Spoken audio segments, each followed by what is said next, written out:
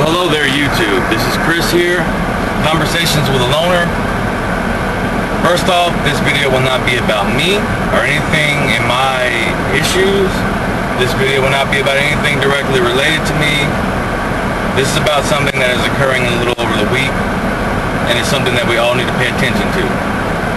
If you are an American citizen, that is, the presidential election. This is not a political channel. This channel is a loner who is suffering from depression, bipolar disease, and severe social anxiety. But in this video, I would like to be an American. And I am not trying to sway anyone's opinion. You are set in your ways. You're going to vote who you want to vote for. But please open your mind and just do some research for me, please. That's all I'm asking. And you don't have to change your mind again. Hey, you like. I'm not into changing people's minds. I mean, I would like to, but it's just not what I do. You believe what you believe. All my life I was a Democrat and part of the two-party system. I believe the Democrats are for the poor, and that's how I was raised. Well, that's how it used to be. But recently, Democrats are no better than the Republicans, and all they care about is fattening their wallets and getting richer. No one cares about the poor except for one person. There's one man who has been overlooked for years who would love to have ran for president. And I've known about this man all my life because a passion of mine is professional wrestling. He was Jesse the Body Ventura. Successfully became the governor of Minnesota when he wasn't even, when he was way behind in the polls. He was allowed to debate. He fought hard. He wasn't allowed to debate, but he fought hard to be eligible, and he became eligible. And because he debated, he went from being way down in the polls to being the governor of Minnesota because people listened to what he had to say. The masses got to hear, with the exception of his fan base. I thought Barack Obama was for hope and change. However, Barack Obama has done nothing more than make the poor poor, make welfare more prominent, and has done nothing to make the rich people pay their fair share. Recently, the Supreme Court issued the ruling that corporations are people. Well, how can corporations be people when their hearts don't beat? They're not humans, they're not individuals, they're a group of people with money. Corporations are buying our presidents these days.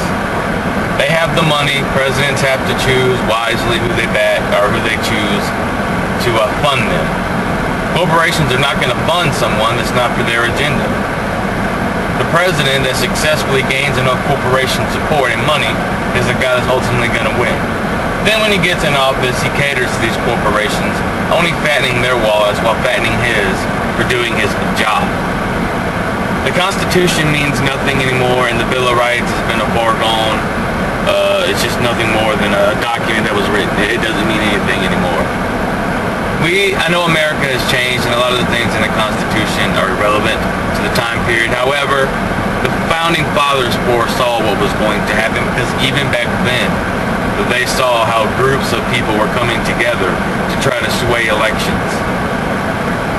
Jesse the Body Ventura is not just a mere professional wrestler. He served his country proudly as a Navy SEAL, one of the most demanding, most physical branches in the Navy. This man went on to successfully become mayor and then governor of Minnesota, and he changed a lot. He made things better.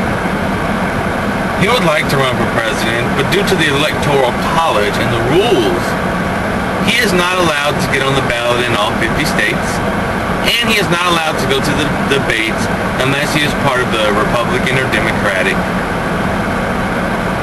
party. He used to be Republican, mind you, until he started opening his eyes a little bit more and saw the changes coming. He quickly abandoned the party system and became an individual. For me, in my opinion, and what I've read and researched over the years, I have changed my opinion as well. The party system needs to be abolished. There needs to be no more Republican. There needs to be no more Democrat. There needs to be individuals. Individuals with minds who choose for themselves and don't go for what everyone else in their party would like. Some people are forced to change their perceptions and the way they would like to handle things simply because their party forces them to, because if they don't, they will be out of office, which is a shame to me. Individuality is no longer commonplace in the government, and it hasn't been for many years. Jesse Ventura believes that as an individual, he caters to all. Parties only cater to the parties and the corporations. Jesse Ventura doesn't want money from corporations. In fact, he will not accept money from corporations. All he asks is that his supporters get together, start a grassroots campaign, take it to the state Supreme Court, and ensure this man can debate when it's time to debate, and ensure that this man can get on the ballot in all 50 states so that the humans, the Americans, as individuals have a right to choose him. How can a man win presidency if he's not allowed to be on the ballot in all 50 states? How can a man win the presidency if he is not allowed to debate the two big wigs in the two-party system with his thoughts and ideas? If Jesse Ventura was allowed to debate Mitt Romney and Barack Obama, there would be no doubt that Jesse Ventura would win the presidency election. He would love to run in 2016. But he cannot do this unless a grassroots campaign is started that would allow him to get on the ballot in all 50 states again and allow him to go to the debates. And we as Americans can do that. Again, I'm not asking you to change your mind or your opinion. I'm just asking you to be open-minded and research Jesse the Body Ventura's beliefs, values, research the corporations that are buying America's Congress and presidency. Research the way the world is going and research what is going to happen if this deficit doesn't get brought down. If we do not start bringing back jobs to America and stop shipping them overseas to China, which Mitt Romney is very guilty of. Mitt Romney has put so many poor Americans out of work by shipping his business practices overseas because the labor is cheaper. It is absolutely absurd. Yet you want to vote this man for presidency. And I'm not calling Barack Obama a saint. This year I will not be voting, simply because I do not believe in any of the candidates. A message needs to be sent by all of us undecideds. We should not vote. Our voices don't need to be heard simply because the people who we're supposed to vote for aren't doing their jobs for us. And I urge anyone else who plans to vote, that has someone in mind, to not vote.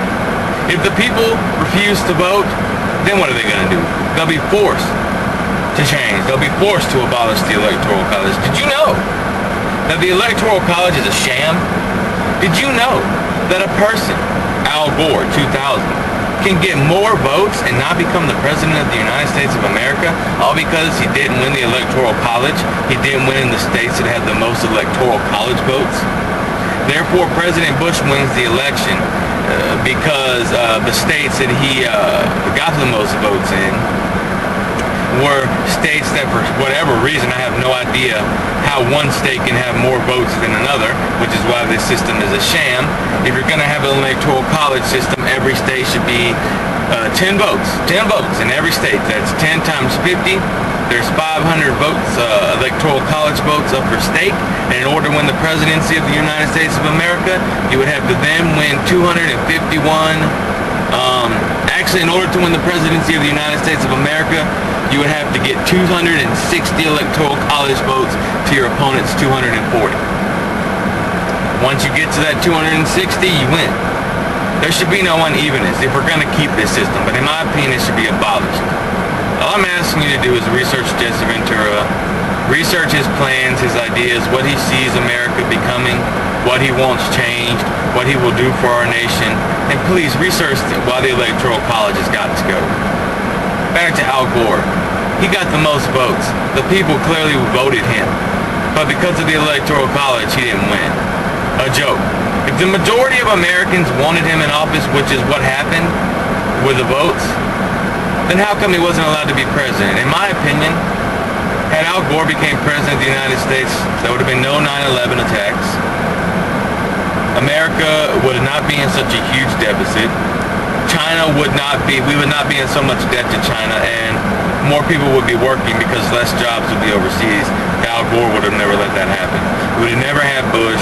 We would have never got all Bush's lies and cheats and scams. We would have never got to where we are now. And I'm not blaming Barack Obama. Yes, he has added to the problem, but then again, the burden was so big on him, how can we expect him to be able to fix it? No man can fix the problems that were left on him. And again, did you actually know the president's not really in charge? He's just a speaker. He just talks. He's a figurehead. You know who actually runs the government? The Congress. I believe it's now if I'm wrong, I apologize, but I believe it's the Senate, or maybe it's the House. One of the two can actually, if a president signs something into law, the president can be vetoed, and that law can be abolished. The president says, hey, this is what's going to happen. But no, the Congress says, nope, not going to happen, overridden. That's a shame.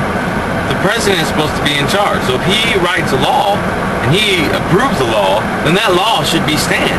There is no reason why the Congress can overrule the president.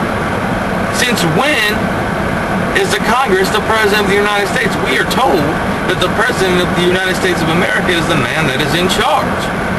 Yet the members of Congress can get together and overrule him? That's wrong. Now, I do understand that if the president had sole power, it'd be more like a socialist or even communist type deal. But not with the freedoms and the values we have in America.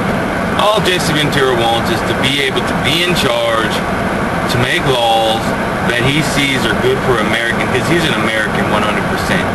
He is not bought by corporations. No one runs him. He doesn't believe in that. He has not accepted money from corporations, and he will not. He will only accept money from his supporters, the American people, not the corporations, people who choose to donate money to his campaign in 2016. Jesse Ventura wants to be able to get in office and be able to make laws as he sees fit without having Congress come in and say, no, we're not going to do that. He wants to abolish the House and the Senate. He wants to abolish Republican, Democrat. He wants to bring in individuality. He wants one Congress. He believes that each state should have a set number, an equal number of congressmen and women who go to a one big house or one big, Congress. And of course you do need a Congress, but at the end of the day the president is going to be in charge. The Congress is merely there to debate the laws that are brought to them, to debate issues, and to send those to the president for the president to decide. That's the way it should be. The president should not be overridden in any way, shape, or form. Now, I am not the smartest guy in the world.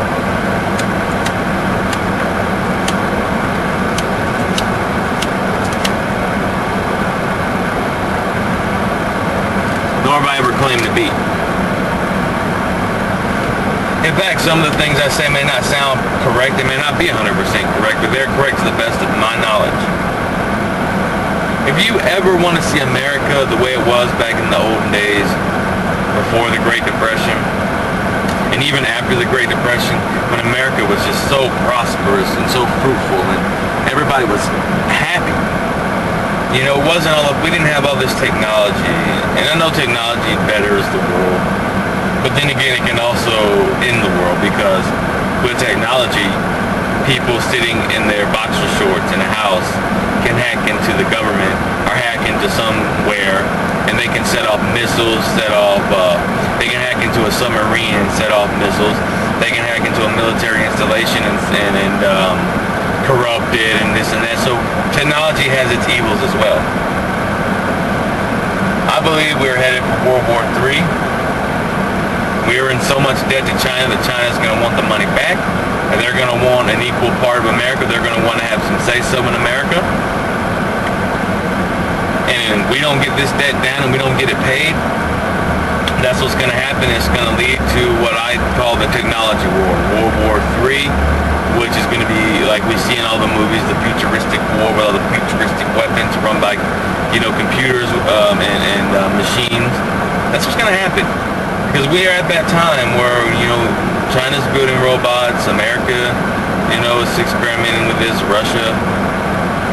And we are at a time where we are headed for dire straits. We are headed for Great Depression 2 and probably World War III. And I don't think that, as great as James Ventura is, I will say this, he can't do it alone, and he can't do it in 8 years. He can get it set, and he can get it started. He can get things changed to where the guy that comes in after him will not be allowed to reverse reverse it, and if things would be doing so much better that no one would want to reverse it, and if it did reverse it, he would be impeached. All I ask you is just to research Jesse Ventura and his thoughts. Research the Electoral College. Research the corporations who run our government. Research why the two-party system has got to go. Research individuality. And again, don't vote. Don't vote this year because neither candidate is worth a vote. Also, here's another topic about this, marijuana. There's nothing wrong with marijuana. Marijuana comes from the earth. It is a plant. Only when drug dealers get their hands on it and add chemicals to it does it become a danger. But medical marijuana, marijuana grown properly, is safer than alcohol. You don't hear about people dying from smoking marijuana and marijuana-related accidents. It's always alcohol. Just like tobacco, back in the 1800s. The government was able to tax it and make so much money off of it that it helped the economy. It boosted the economy. It put people to work in factories and plants, put them out in the fields. If we were able to legalize marijuana, it would be greater than tobacco. Then you could tax the hell out of it, and you put people to work, and you would actually, in my opinion, make people more happier, because so many people are in prison because of a plant, and so many people, our prison system is infiltrated with people who are not bad people, but chose to smoke some marijuana or maybe sell a little bit of marijuana, but they're non-violent, non-harmful people. That costs us money, the taxpayers money, and if it was legal, not only would you be able to tax it, prosper, make lots of money off of it to help the government, help the economy, put people to work, but you would make people happier again, because people would be more free.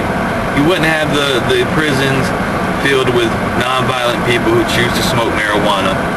You would have the prisons filled with the people who belong there, the murderers and the rapists, and those who commit violent crimes, those who rob banks and steal, okay, who belong. People who smoke marijuana don't belong in prison. And again, they're being housed at taxpayers' expense when they don't belong. Did you know someone gets sentenced to prison for 5 years just for an ounce of marijuana in some states? An ounce of marijuana that, does nobody any harm, is someone using it to feel better because marijuana has medicinal properties, high-ranking doctors and officials agree, yet they can go to prison for 5 years and call it. But anyways, I've talked long enough, and that is my conversation for today. And all I'm asking is anyone who watches this just to do some research, look into what I've said, study legal marijuana and what it can do and the benefits it can have for the United States of America. Study the two-party system, why it's got to go. Study why the Electoral College needs to be abolished. And study Jesse Ventura and what he believes he can do to bring America back. Or else we are headed for dire straits. We're headed for another depression. We're headed for World War III. And one day we're going to be servants and slaves to China. One day you're going to see Chinese flags flying next to the American flag, simply because we owe so much debt to China. The only way to repay them is to allow them to own a part of the United States of America. So many jobs are already being shipped there. Jesse Ventura will stop that. He will make it illegal to outsource jobs to China. He will make it to where if you're a corporation and you want to send if you're an American corporation licensed and all that, and you attempt to send your company to China for gains, to make money, to put people out of work, he will make it illegal. And he will make sure that those people get out of here. If you don't want to be here, get the hell out.